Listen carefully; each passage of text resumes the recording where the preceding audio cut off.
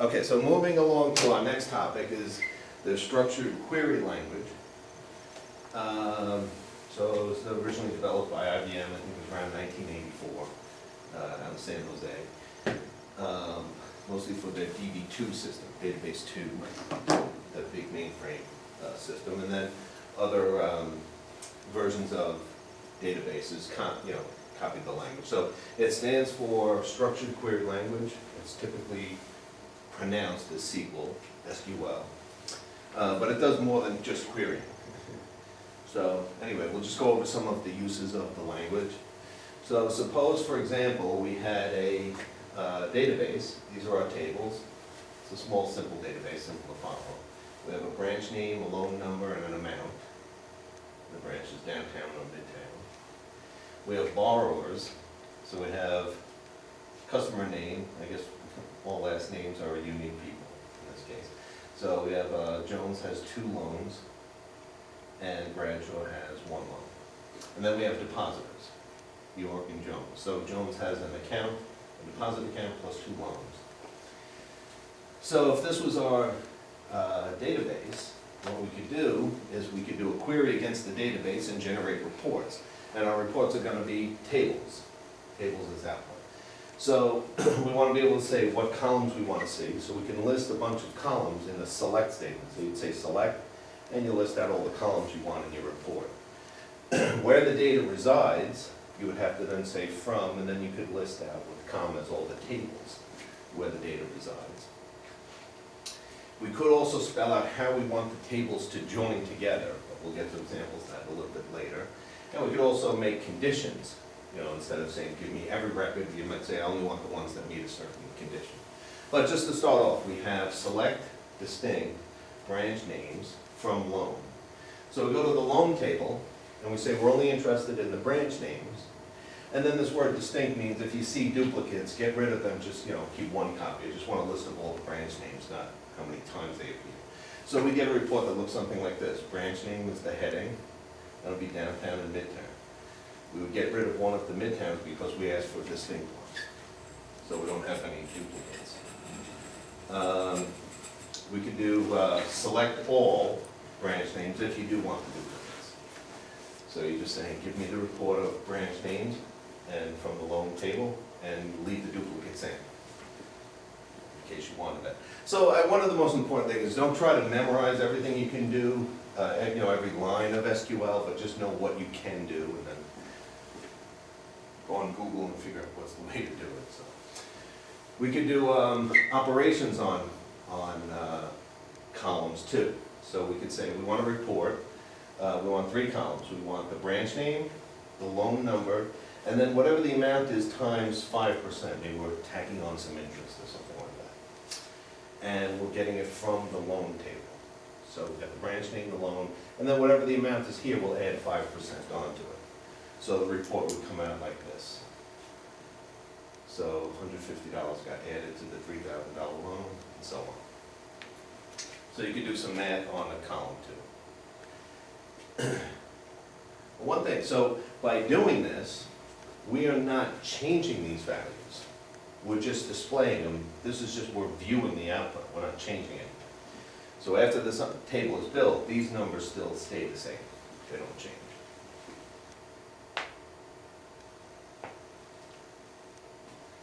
Okay. So now we can say, instead of getting every row in the table, we can say only want to see the rows that meet a certain condition, and the condition is done in a where clause. So we could say select loan number, that's this column, from the loan table. So we still haven't done anything with these other 2 tables yet. But, and then we're going to say where, and we have a condition, where the branch name equals midtown. So that means we're not interested in this first row. And the amount is greater than 2,000. So out of the 2 rows that are still eligible, this one we don't care about because the amount is 1,700.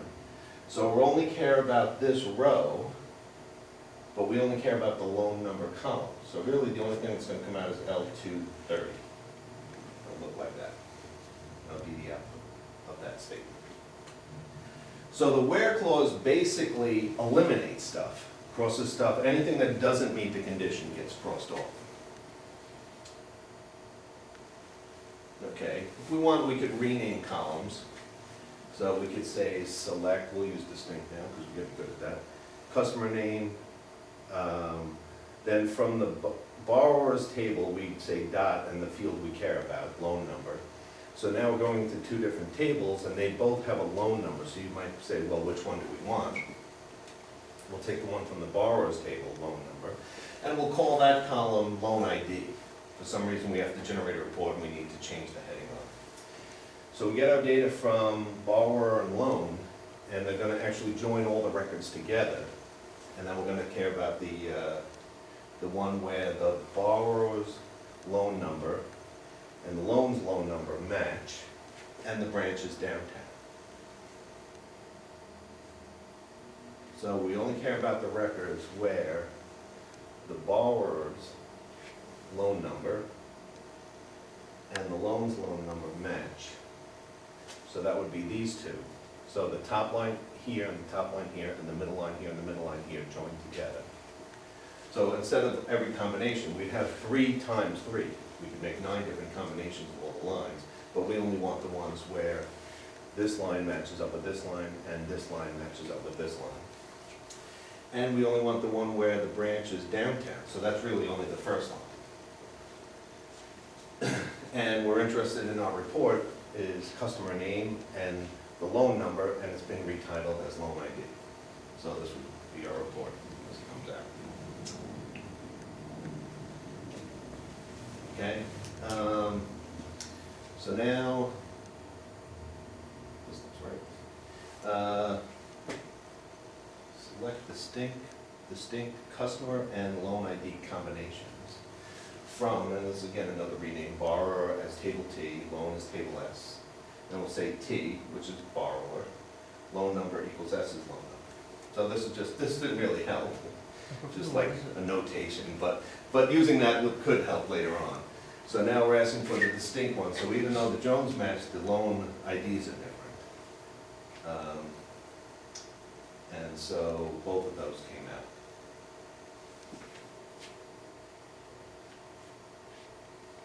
Okay. Let's see, select distinct. So we're doing the renaming here, and you can actually use it up here, even though it got renamed down here. It's still eligible to be used up here, because this whole line will be compiled before it runs. So loans versus loans. So we're using 2 different letters to refer to the same table, which kind of helps us. So this is kind of a little bit of a tricky statement. So we're saying list out the distinct branch names from loans and loans where the amount is greater than the amount of the same table, and the lower amount branch name is Midtown. So what this statement is really doing is it's saying it wants the names of all the branches that have a loan, at least one loan that is greater than the lowest value loan at the Midtown branch. So the lowest value loan at the Midtown branch is $1,700, lowest amount one. So it wants a list of all the branches that have at least one loan that's bigger than this. Right, so we're looking for every combination of loans as the lower one, and every combination of loans as the higher one, and the branch has to say Midtown. So the depth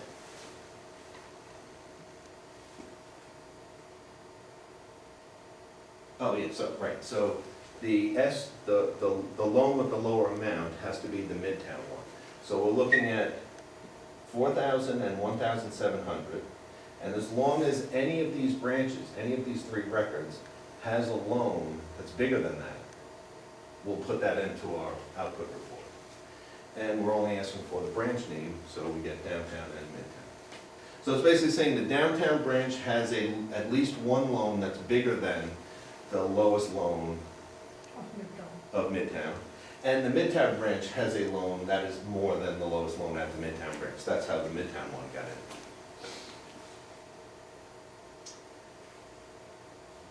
Okay. So let's see, select distinct customer name from borrower. So we're going down this column, and we're putting an order on it. So we're putting it in order so they're distinct, so we get rid of one of the Jones. And then we're saying take the results.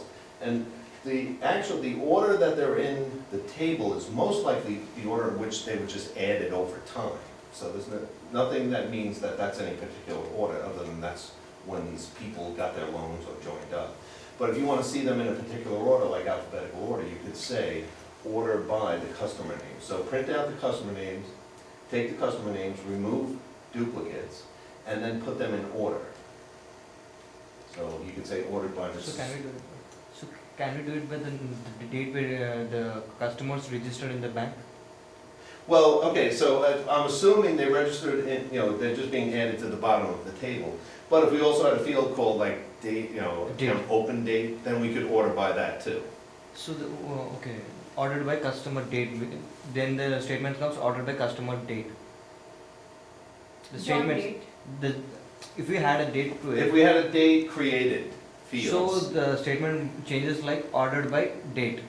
Yeah, so this doesn't have to match. So this is what you want in the report. This is the order in which you want them to come out. So if there was a creation date, we could say ordered by creation date, and it'd come out in the order in which the accounts came out. Yeah, so just whatever comes out in the output doesn't have to match what you're ordering by or the conditions you're on. The conditions you're looking for. Okay. Okay, and then you could do multiple rounds of ordering. So for example, we could say, okay, so here's another thing. We can say select star. So you know how we listed out all the columns we want to see? If you want to see everything, instead of typing them all out, you could just say star, and that means everything. So we want to list every column from loan. And then we could say ordered by branch name in descending order. And then if there are multiple loans with the same branch name, within that you could say by loan number in ascending order. And ascending is the default, going up, like in alphabetical order, not reverse order. So since we have downtown and midtown, in alphabetical order, midtown would be last, downtown would be first, but we're going in descending order. And then with the two loans that are in the midtown table, they go in ascending order, lowest to highest. So this table, this is going highest to lowest, and then this is within the same branch, we're going lowest to highest. If we don't mention a descending order near the branch name, then it takes automatically the downtown first. It would assume it's ascending too, goes from lowest to highest. If we don't mention either of the ascending or descending near the branch name. Default is ascending. No, if we doesn't assign either of the ascending or descending, the name comes like the downtown, midtown, right? It takes automatically ascending. Yeah, so right, if you just said ordered by and didn't say that, then it would go, downtown, midtown. And then within midtown, instead of being random, you could say I want them in lowest to highest also.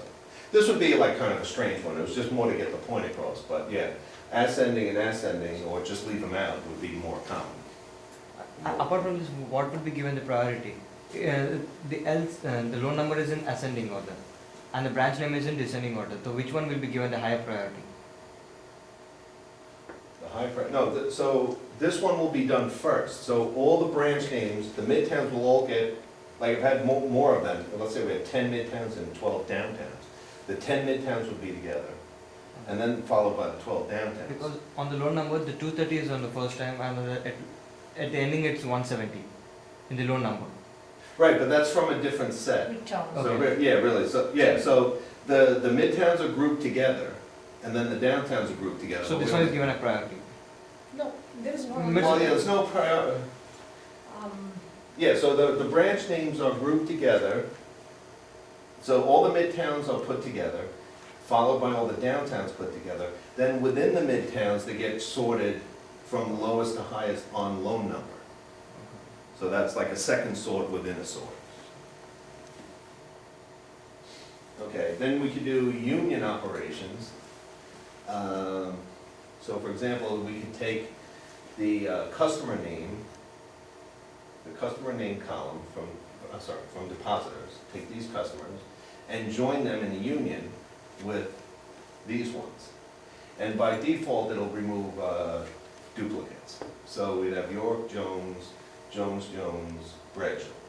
and it would remove duplicates. So this would be our union of the two tables. If you want to keep the duplicates, I don't know if you're sending out coupons to everyone who has an account and you want them to get 3 coupons instead of 1, you could do that too. You could just say all, put all on the union line. So another thing, all these SQL statements, they could be all written out in one line. I'm just like kind of breaking it down so each line spells out what it's doing. So you could do it that way, the union. You could also have an intersection. I'm sorry, a subtraction. So an except is where you're subtracting from your report based on another table. So for example, we could say the customer names from depositors, which is York and Jones, and then say, but except, and then create another set, which is a separate select statement, select customers from borrowers. So it'd be this set.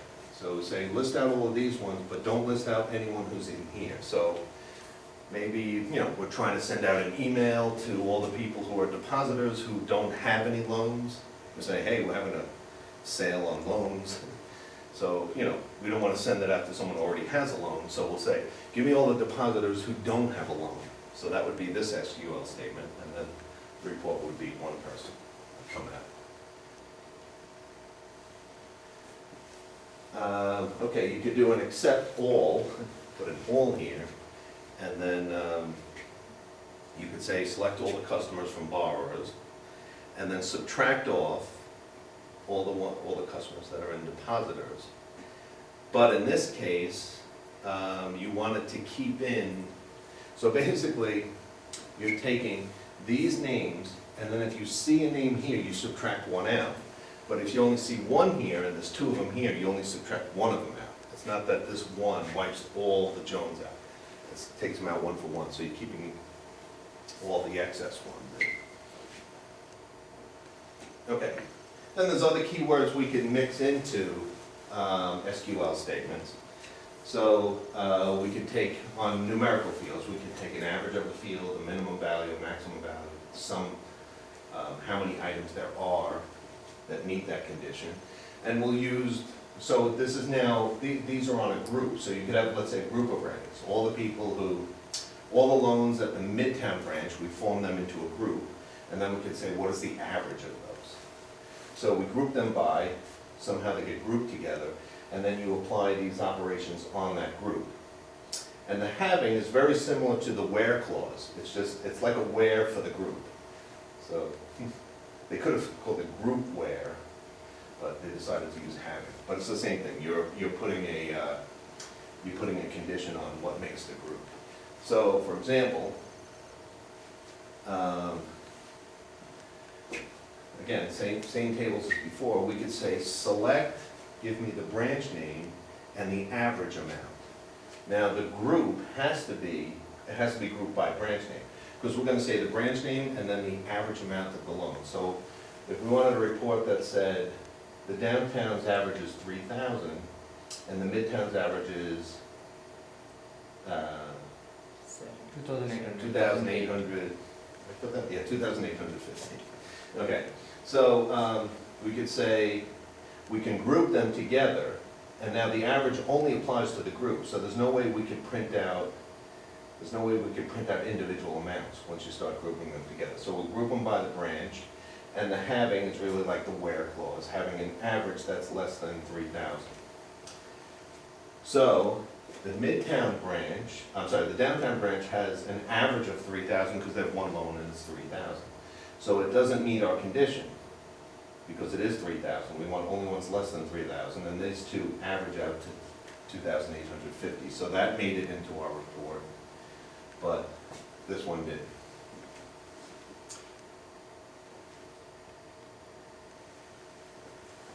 Okay, so now there's a question of when you join 2 tables together, what is the condition you're joining them on? So suppose, for example, we wanted to join the borrower table and the loan, the loan table, and just forget this is here, pretend it's like a comma, and the borrower table, on a condition that the loan number matches the borrower number. So it looks like maybe there's almost some bad data in our tables, because you would think for every loan, there's a borrower, right? The purpose of this table is to get the name, and maybe, in the real world, it'd be other info, address, phone number, stuff like that. But so we really shouldn't have a loan and no person, but our data looks like we have that. We have a loan with no person, and we have a borrower who has no loan. But, so that's a little strange, but it's just to make this point. If we're gonna join these tables together, what is your criteria for joining them together? Is it, so if we're gonna say where the loan numbers match, we're gonna say, in our bigger report, let's say we're doing a select star, we're selecting everybody. We only want the rows, so we would take this row and compare and join it with all of these rows, but then only take the ones that meet the condition where the loan number and the borrower's loan number match. So we would take this row and this row, and then maybe print out all the columns. And then we'd take the second row and this row where they match and print out all the columns. So this would be the inner join, where you're basically just saying the fields have to match identically. But we might be interested in doing a report something like this, where you want to take every row in this table and make sure that every row in this table shows up in your report. Let's say you want every row of this table showing up in your report. And then, by the way, if you happen to have the customer's name, great, attach that to the row. If you don't, I still need this. Maybe, we're doing an audit on the bank and we're going, wait a minute, we have loans with no people, something's wrong. So I want to report of all loans, whether there's a person or not, and if you have a person, great, attach that information. So we might want a report that looks something like this. We have, this loan is tied to this person, so that's the first line. This loan is tied to the second person, that's the second line. And then the third loan is still there, we don't want to lose it. And we'll just say we don't know who the customers are, and then, turn that over to the audit department, they gotta look at these records and figure out who owes this money. But you might want to keep that in the report. You may also want to have the same thing for borrowers, print out all the borrowers, and then if you got a loan attached to them, put it there, otherwise put nulls in.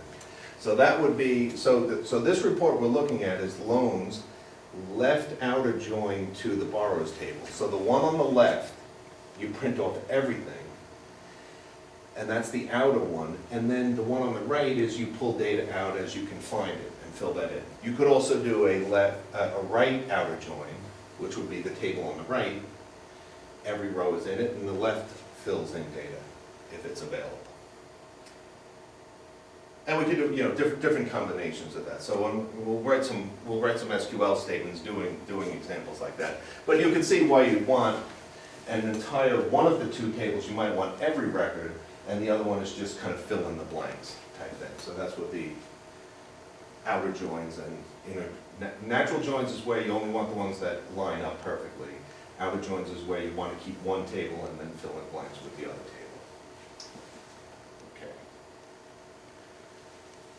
So, and the natural join will just, you could just say loan natural join to borrowers. It'll look for all the columns that have matching names and only create records if the data in those matching names match. So in this case, we have loan number and loan number naturally match. So since this matches this first row would come out as a row, and since these two fields have the same name and same data, we don't have to repeat it. So you might think, there should be a loan number L170 here, but there's no point in having that.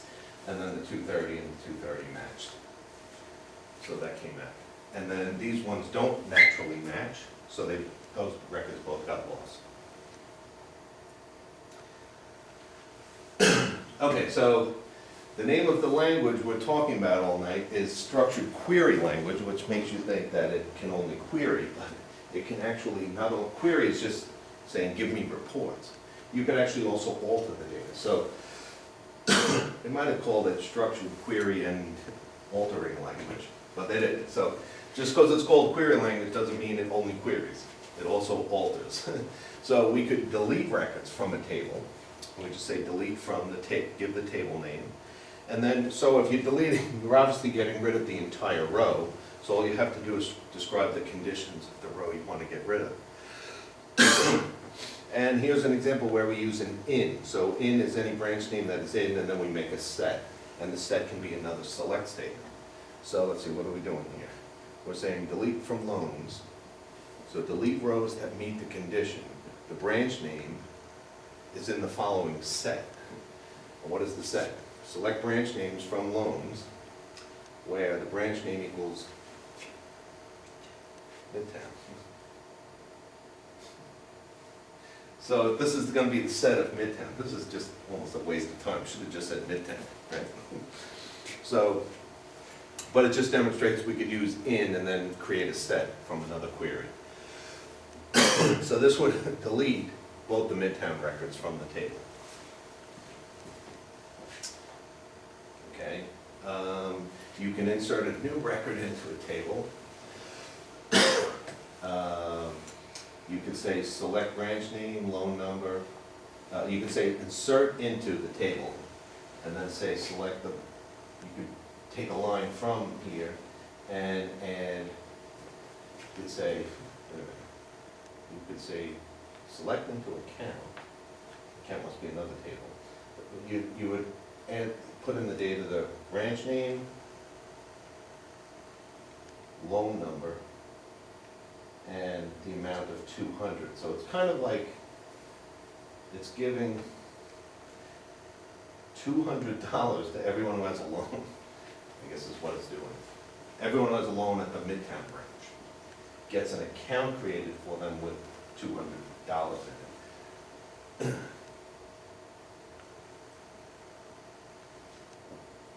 Okay, and then you could update, so we can delete an entire row, we can add a brand new row, or we can take existing rows and pick fields and modify the individual fields.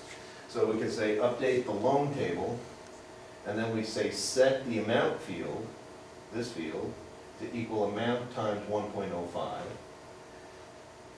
But only do that in the rows that meet the following condition. The balance is greater than select average balance from accounts. So there's another table called accounts, and we're going to figure out what the average is. So if your loan amount is greater than the average balance in the accounts table, your loan goes up 5%. I guess don't try to make sense of it, just understand you can do it if you want. So, okay.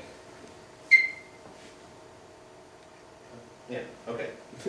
So like I say, the name of the language is structured query language. Query means asking questions, but you could actually alter the data too. And then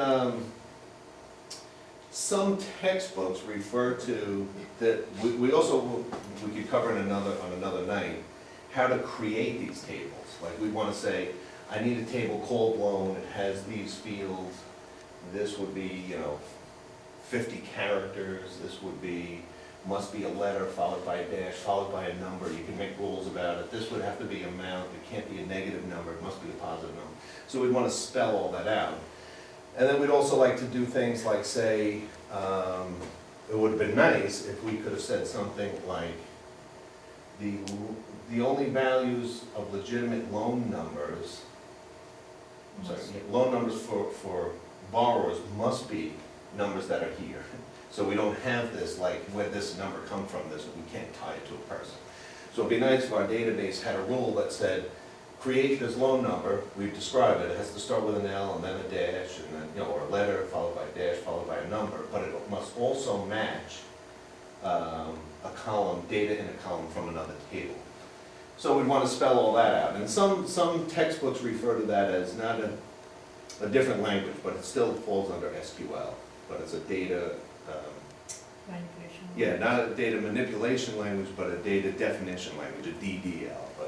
But they both, you would type them in as SQL. So yeah, we can talk about that. That's kind of a design and then creating the tables.